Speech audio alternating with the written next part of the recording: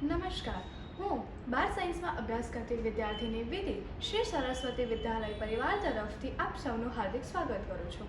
આજે ગણેશ ઉત્સવના 7મા દિવસ નિમિત્તે હું તમને એક નાનકડી વાર્તા કહેવા માંગુ છું।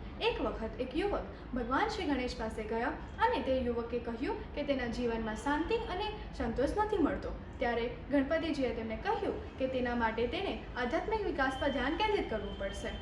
ત્યારે યુવકે તેમને સવાલ પૂછ્યો કે આધ્યાત્મિક વિકાસ તે કેવી રીતે કરી શકે। ત્યારે ગણેશજીએ તેમને કહ્યું કે આધ્યાત્મિક વિકાસ પર ધ્યાન કેન્દ્રિત કરવા માટે તેને તેના મનને શાંત કરવું પડશે, વિચારો પર નિયંત્રણ રાખવું પડશે અને પોતાની જાતને ભગવાન સાથે જોડવી પડશે। યુવકે તેમની વાત સાંભળી અને તેમને આચરવાનો પ્રયત્ન કર્યો। થોડા દિવસ પછી તેને લાગ્યું કે તેનો આધ્યાત્મિક વિકાસ થયો છે, તેથી તે ગણપતિજી પાસે ગયો અને તેમને કહ્યું કે ધન્યવાદ ગણેશ, તમારા કહેવાથી હવે મારું મન શાંત રહે છે, મારા વિચારો નિયંત્રિત રહે છે અને મારો આધ્યાત્મિક વિકાસ થયો છે। ત્યારે ગણેશજીએ તેમને કહ્યું કે આધ્યાત્મિક વિકાસના કારણે જીવન અર્થપૂર્ણ બને છે અને જીવનમાં શાંતિ અને સુખકારી આવે છે। આધ્યાત્મિક વિકાસ ક્ષેત્રે ગણેશજીનું જોડાણ એ આપણને આધ્યાત્મિક વિકાસ, આત્મજાગૃતિ અને ઊંડી સમજણ મેળવવા માટેની પ્રેરણા પૂરી પાડે છે।